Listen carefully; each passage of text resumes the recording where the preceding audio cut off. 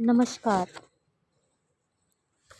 आज की क्लास में हम संचार प्रणाली के प्रतिमान यानी कि मॉडल्स ऑफ कम्युनिकेशन प्रोसेस के बारे में चर्चा करेंगे। जो संचार प्रणाली के प्रतिमान हैं और संचार प्रणाली है को विभिन्न विद्वानों ने विभिन्न मॉडल्स या प्रतिमानों के रूप में विकसित किया, जैसे कि अरस्तु मॉडल। अरस्तु ने संचार के लिए 3 तत्वों को आवश्यक माना है: वक्ता यानी कि स्पीकर, भाषण यानी स्पीच तथा श्रोतागण यानी कि ऑडियंस। इनका मानना है कि व्यक्ति या वक्ता जो कुछ भी बोलता है वह श्रोतागण सुनते हैं। इन तीनों के प्रयोग के माध्यम से संचार प्रक्रिया कम्युनिकेशन प्रोसेस चलती है। इस प्रक्रिया में जो संदेश दिया जाता है वह कोई भी विचार अथवा वक्ता की अपनी सोच हो सकते हैं। तो जैसे कि स्क्रीन पर दिखाई दे रहा है, वक्ता स्पीच देता है और उसको ऑडियंस सुनती है। इसी तरह से केनेथ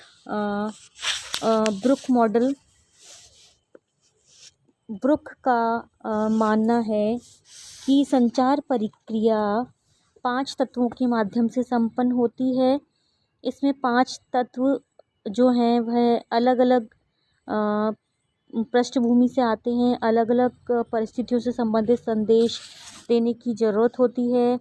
इसमें जो संचारक होता है यानी कि एजेंट अपने संदेशों और विचारों को संचार माध्यमों द्वारा ग्रहणकर्ताओं तक पहुंचाता है। जैसे कि स्क्रीन पर दिखाई दे रहा है कि जो कार्य या पृष्ठभूमि है, जिनको कि जो संचारक है वह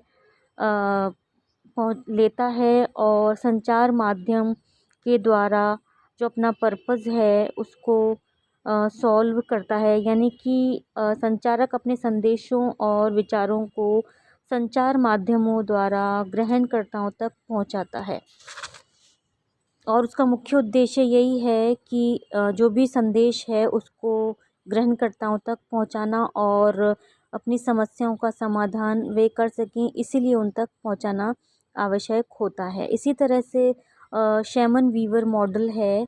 इसमें मेन प्रसारक उसके संकेत होते हैं जो कि रिसीवर प्राप्त करता है और अपने उद्देश्य की पूर्ति करता है। इसी तरह से जो वेस्ले मैकिन मॉडल है, उसमें संचार प्रणाली में 5 तत्वों को मुख्यतः बताया है और स्वीकार किया है। इसमें संदेश को भेजने वाला व्यक्ति संदेश को संकेतों में बदल देता है, फिर संकेतकर्ता के रूप में विभिन्न माध्यमों द्वारा संकेत रूप में संदेश को प्रेषित करता है। जब ये संकेत ग्रहणकर्ताओं तक पहुंचने से पहले संकेतकर्ता उन्हें स्पष्ट कर देता है। टेलीग्राफी द्वारा गुप्त संदेश भेजने में इस मॉडल की सहायता ली जाती है। यानी कि इसमें एक एनकोडर होता है और एक डिकोडर होता है, जो कि दोनों माध्यम से जुड़े होते हैं और मेन प्रेषक या सेंडर होता है जो कि संदेश को भेजता है और डिकोडर इसे लेता है और उसको प्राप्तकर्ता तक यानी कि रिसीवर तक पहुंचा देता है। इस तरह से बर्लो मॉडल है एक, जो बर्लो मॉडल है तथा वेस्ले और मैकिन मॉडल में थोड़ी भिन्नता है।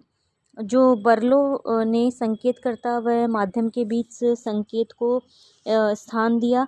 अब विभिन्न स्रोतों से सूचना संदेश प्राप्त कर संकेतकर्ता उन्हें संकेतवाचक तक पहुंचाते हैं और फिर सूचना संदेश प्राप्तकर्ता तक पहुंचती है। इसी तरह से धामा मॉडल है जिसमें प्रेषक यानी कि सेंडर और जो होता है वो मैसेज को अपने हिसाब से ट्रीटमेंट देता है और माध्यम के द्वारा ग्रहणकर्ता तक पहुंचता है। इसी तरह से एक मॉडल है लीगन्स मॉडल, जिसमें संचारक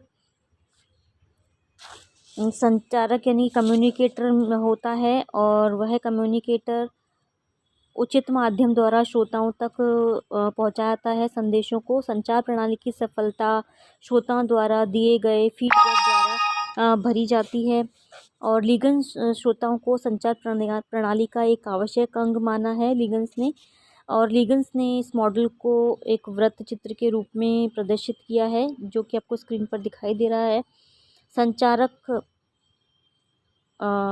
और उसके साथ में मैसेज है, मैसेज एन्कोड होता है और माध्यम के द्वारा श्रोतागण तक पहुंचता है, और श्रोतागण इसके ऊपर अपनी जो प्रतिक्रिया, जो रिस्पॉन्स है वो देते हैं।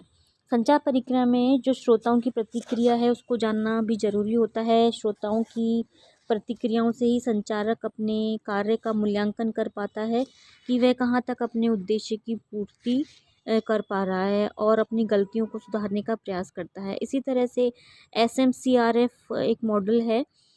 यह मॉडल सूपे द्वारा बनाया गया है। इसमें sender, message, channel, receiver effects जो हैं मुख्य तत्व हैं। स्रोतों से प्राप्त संदेश विभिन्न माध्यमों द्वारा प्राप्तकर्ता तक पहुंचाए जाते हैं, जिससे लोगों की कार्य पद्धति में बदलाव आते हैं। साथ ही साथ अपनी जो अभिवृत्तियां हैं वो बदल पाते हैं। इसी तरह से एक लॉसवेल का जो है मॉडल है, इसमें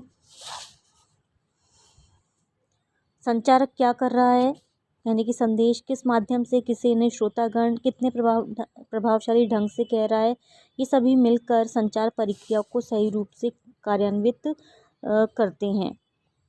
यानी कि इसमें सोर्स ऑफ कम्युनिकेटर होता है, जो कि संदेश माध्यम के द्वारा श्रोतागण या प्राप्तकर्ता तक पहुंचाता है, और उसका जो इफ़ेक्ट है वो देखता है, यानी कि कौन क्या कर रहा है, किस माध्यम द्वारा और किसको कितने प्रभावशाली ढंग से प्रेषित करता है। तिवारी प्रतिमान, प्रोफेसर IP तिवारी प्रतिमान, यहाँ जो स्रोत है को संचारक माना जाता है, जो संदेश को विभिन्न माध्यमों से प्रेषित करता है। दूसरी ओर रहने वाला संकेतकर्ता उस संकेत को समझकर पुनः श्रोताओं तक पहुंचाता है। यहाँ यह बात अत्यंत जरूरी है कि ग्रहणकर्ता या संकेतकारक संकेत को अच्छी तरह समझे, अन्यथा संचार क्रिया सफल नहीं हो सकेगी। यानी कि स्रोत जो है वो मैसेज लेता है, संकेत के माध्यम से माध्यम तक पहुंचाता है, और प्राप्तकर्ता तक के जो संकेत है वो पहुंचते हैं, और फिर वह श्रोतागण तक पहुंच पाते हैं। तो बच्चों, ये हमने जाने कि कौन कौन से प्रतिमान हैं या मॉडल्स हैं जो कि संचार प्रक्रिया के प्रणाली के अंग हैं। धन्यवाद।